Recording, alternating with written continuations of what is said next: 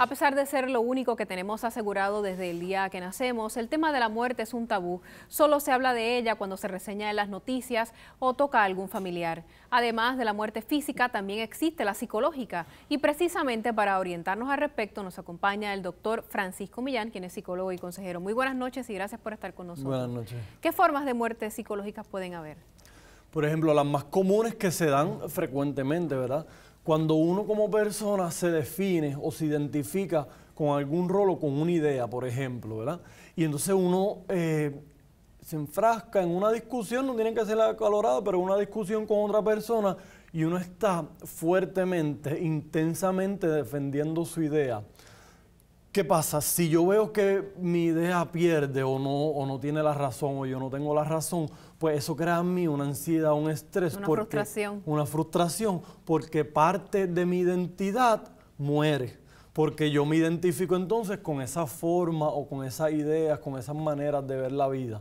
Entonces eso podemos decir, o podremos decir que constantemente o día a día está este proceso de muerte psicológica en la medida en que yo me siento a la defensiva con cualquier cosa. En el contexto social en el que vivimos, en donde quizás algunos valores se invierten o se trastocan, puede significar la muerte psicológica a nivel de la sociedad. Es decir, a veces aceptamos la violencia como algo tan usual o tan normal, ¿no? Podemos plantear que quizás robar es robar cuando son grandes cantidades, pero si a lo mejor voy a un establecimiento y me llevo el vaso, por decirlo de esa manera, o un tenedor, pues eso, aunque es robar, pues ya no lo valoro de la misma manera. Eso es una muerte psicológica también, que yo voy intercambiando esos valores por otros que no eran necesariamente los míos. Sí, se relativiza, ¿verdad? Por decirlo de alguna manera, los valores. ¿Verdad? Es que de alguna manera no hay unos valores firmes, no hay unos valores profundos, no hay unos valores estables, ¿verdad? Eso que tú planteas sería dependiendo de la situación o dependiendo de la forma en que esté, pues se aplican unos valores o se aplican otros valores. Pero lo que yo pienso, ¿verdad? Lo importante de uno afrontar esto, ¿verdad? La muerte, como dicen, está a la vuelta de la esquina. Todos vamos a pasar por ella. La pregunta sería, ¿cuándo y cómo? ¿Verdad?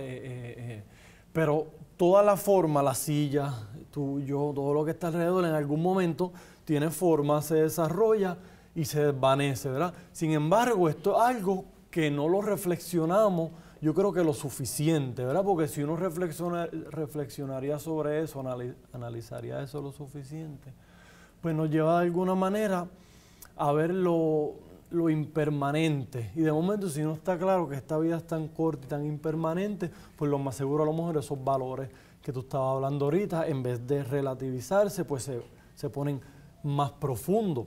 En vez de yo aceptar un trabajo por ganarme unos par de pesos, pero que realmente no me llena, pues a lo mejor yo voy a buscarle más sentido a la vida, en vez de enfrascarme en esas discusiones superfluas, a ver quién gana y quién pierde en esas luchas de poder, pues yo me voy a dar cuenta que no tiene sentido porque de momento el tiempo es tan corto y lo que tenemos aquí es tan corto que entonces lo apreciamos más en vez de desperdiciarlo de alguna manera.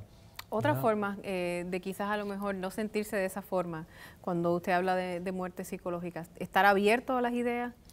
Esa es una muy buena pregunta, sería no identificarnos con la forma, me explico, ¿verdad? Este mundo material es el mundo de la forma. Las formas nacen, ser más flexible con las formas y se mueren. No, identificarnos con la no forma. Cuando un ser humano muere, cuando una estructura se cae, esa forma que estuvo ahí ya no está. ¿Y qué queda? Queda espacio, queda no forma.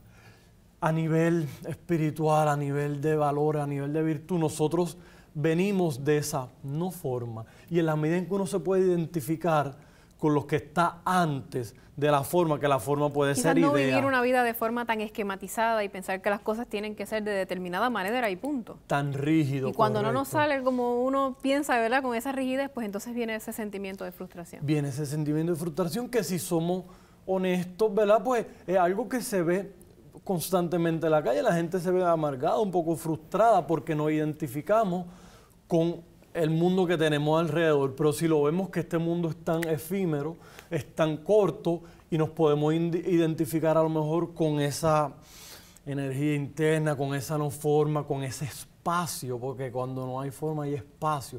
La forma crea no espacio, ¿verdad? Pues entonces estamos hablando de a lo mejor de un valor más espiritual, de un valor más filosófico, ¿verdad?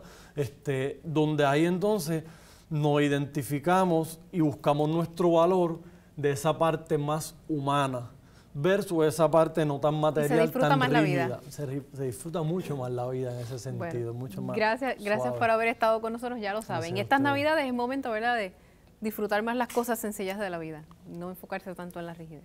Ahora seguimos con Ariel. Gracias, Mardelis. Y amigos, recuerden que si desean conocer mayor información sobre temas como este y discutidos en el día de hoy, o tiene alguna sugerencia, puede escribirnos a nuestra dirección de correo electrónico sistemaTVinforma@suagm.edu. También puede localizarnos en las redes sociales y en sistematv.com.